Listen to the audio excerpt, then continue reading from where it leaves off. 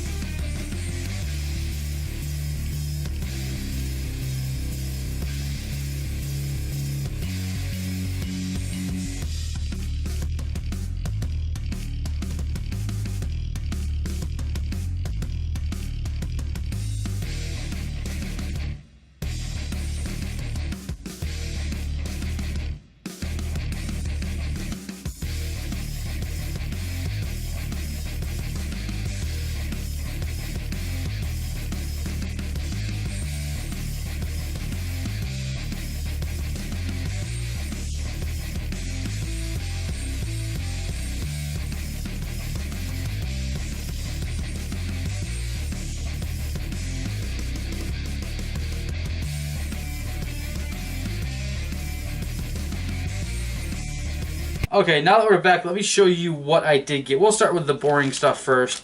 And we'll start with gloves here. These are just rubber gloves. I need these to work with silicone, which I'm going to be doing soon. And also for my sturmy enclosure, just so I don't have to deal with the hairs too much. Because I really don't want that allergy to them building up. And from what I understand, it builds up over time if you have to deal with that. The other thing I got is these, both a large size and a smaller one.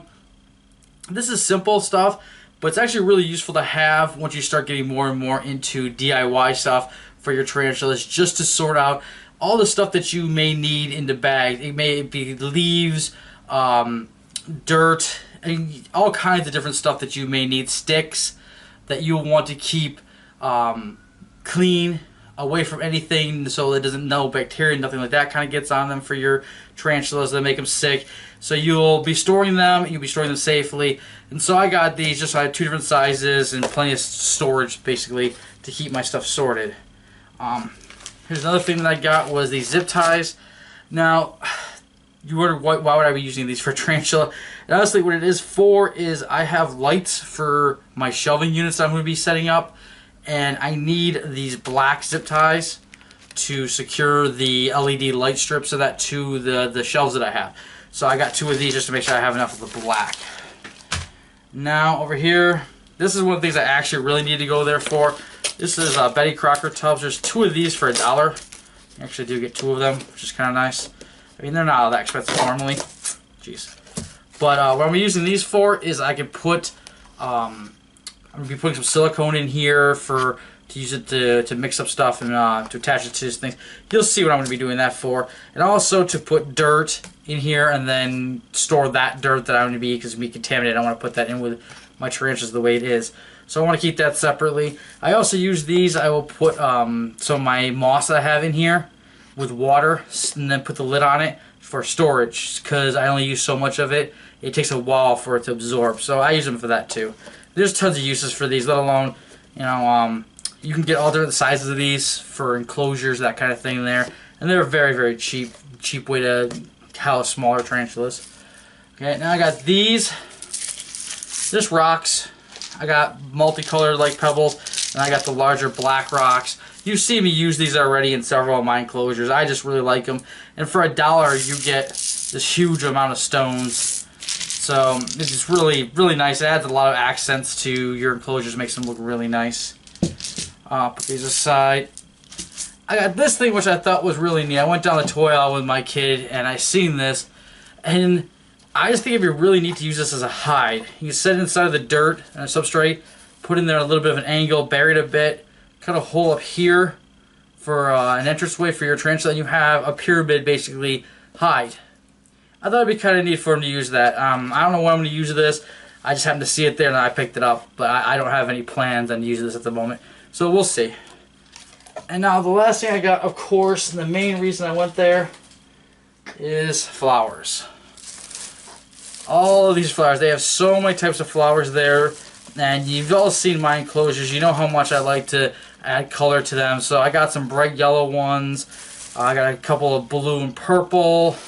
And then I got these that I can use inside of like sling enclosures, because there's just that. Let me see if I can get that on there right.